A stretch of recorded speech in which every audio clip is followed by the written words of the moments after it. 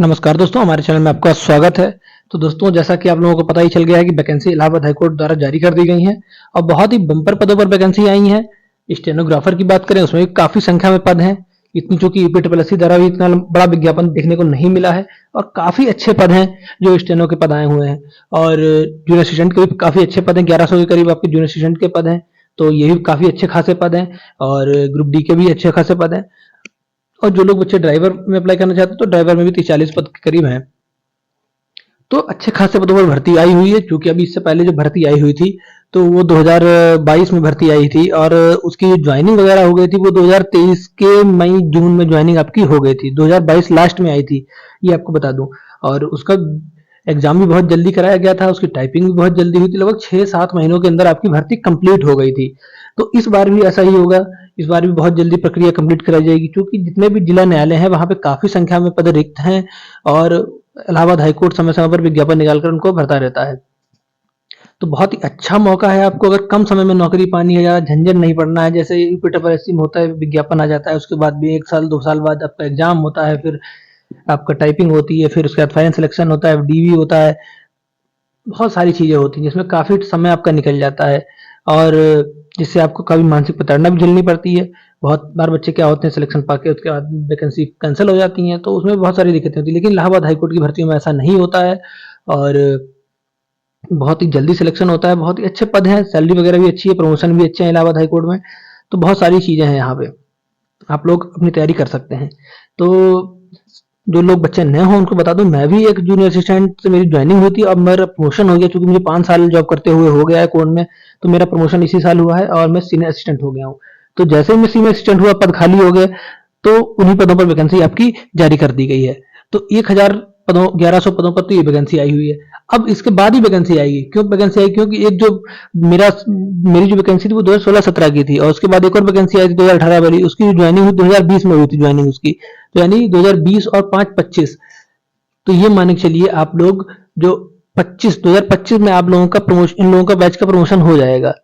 इन लोगों के 5 साल पूरे हो जाएंगे और उसके बाद 2020 की शायद स्टार्टिंग में इन लोगों का सिलेक्शन हुआ, 2020 की स्टार्टिंग में। तो यानी 2025 की स्टार्टिंग जनवरी फरवरी के टाइम तक इन लोगों का प्रमोशन हो जाएगा, सभी लोगों का 5 साल पूरे हो जाएंगे और फिर उसके बाद में जो पद रिक्त हो जाएंगे उन पर फिर वैकेंसी आएगी। क्योंकि स्टेनोग्राफर वगैरह की भले इतनी पद ना आए, लेकिन जूनियर स्टूडेंट के पद आपको काफी संख्या में देखने को मिलेंगे, क्योंकि उस समय जो वैकेंसी आई थी वो 1600-1700 पदों पर थी और उसमें से मान लीजिए 1000 बच्चे भी अगर नौकरी कर रहे हैं तो 1000 वैकेंसी तो आपकी आनी ही है और एक 1100 वैकेंसी आपकी ये आ गई है। तो बहुत ही अच्छा मौका है, आप लोग बस तैयारी करते रहिए, बहुत जल्द आपको नौकरी इसमें मिल जाएगी। और चूंकि जो मेरी स्ट्रेटजी थी कि मैंने किस तरीके से सिलेक्शन पाया था, क्योंकि मेरे उस टाइम पे जब वैकेंसी आई हुई थी तब चूंकि मैं बैंक की तैयारी कर रहा था, तो मेरा रिटन एग्जाम जब मैंने दिया तो मेरा बहुत ही अच्छा एग्जाम हो गया था और मुझे लगा कि हाँ मेरा सिलेक्शन हो जाएगा। तो मैंने तुरंत ही टाइपिंग स्टार्ट कर दी थी। जिस दिन एग्जाम देके आ गया अगले दिन से मैंने टाइपिंग स्टार्ट कर दी और लगभग 1 से 2 महीने के अंदर मेरी टाइपिंग ठीक ठाक आ गई थी, क्योंकि मुझे समय काफी मिल गया था, 3 से 4 महीने का।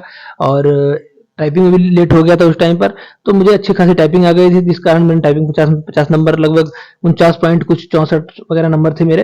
तो उसकी बदौलत मेरा फाइनल सिलेक्शन हो गया और मुझे नौकरी मिल गई। तो आप लोग भी अगर कोई क्वेश्चन हो आप लोगों का, किस तरीके से क्या चीजें आपको पूछनी हो, तो आप लोग जरूर कमेंट बॉक्स में पूछिएगा, मैं आपको सारी चीजों के आंसर बता दूंगा। और सबसे जो मेन पॉइंट है कि एग्जाम आपका कब होगा, तो दोस्तों जो एग्जाम होने की संभावना है वो आपकी दिसंबर के महीने में है। दिसंबर में आपका एग्जाम हो जाएगा। ये मत सोचिएगा 4-6 महीने लग जाएंगे एग्जाम में तब एग्जाम होगा जाके, उसके चक्कर में अगर आप पढ़े रहेंगे तो आप सिलेक्शन से हाथ धो बैठेंगे। पिछली बार भी बहुत जल्दी एग्जाम करा लिया गया था, बच्चे शॉक्ड हो गए थे, लेकिन मैंने आपको पहले बता दिया था एग्जाम आपका 2 महीने के अंदर हो जाएगा, एग्जाम हो गया था।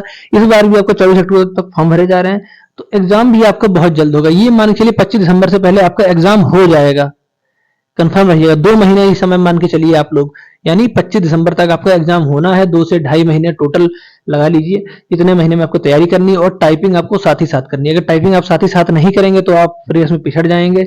और मेन टाइपिंग के नंबर भी डिपेंड करते हैं। 50 नंबर की टाइपिंग आती है, 100 नंबर का एग्जाम होता है, 150 नंबर पर मेरिट बनती है, क्वालिफाइंग नहीं होती टाइपिंग, टाइपिंग के नंबर भी जुड़ते हैं। तो आप लोग टाइपिंग अच्छे से साथ ही साथ करते रहिए। और भी कोई अगर आपकी क्वेरी हो तो आप लोग पूछ सकते हैं। वीडियो अच्छा लगा करे आप लोग शेयर कर दिया करिए जरूर, क्योंकि आप लोग शेयर नहीं करते हैं और ना ही लाइक करते हैं, तो मैं भी डिमोटिवेट होता हूँ। तो आप लोग कम से कम इतना तो कर ही सकते हैं, मैं आपको न्यूज लाकर देता हूँ। तो चलिए आपसे मिलते हैं अगले वीडियो में, तब तक के लिए धन्यवाद। आपका दिन मंगल में हो।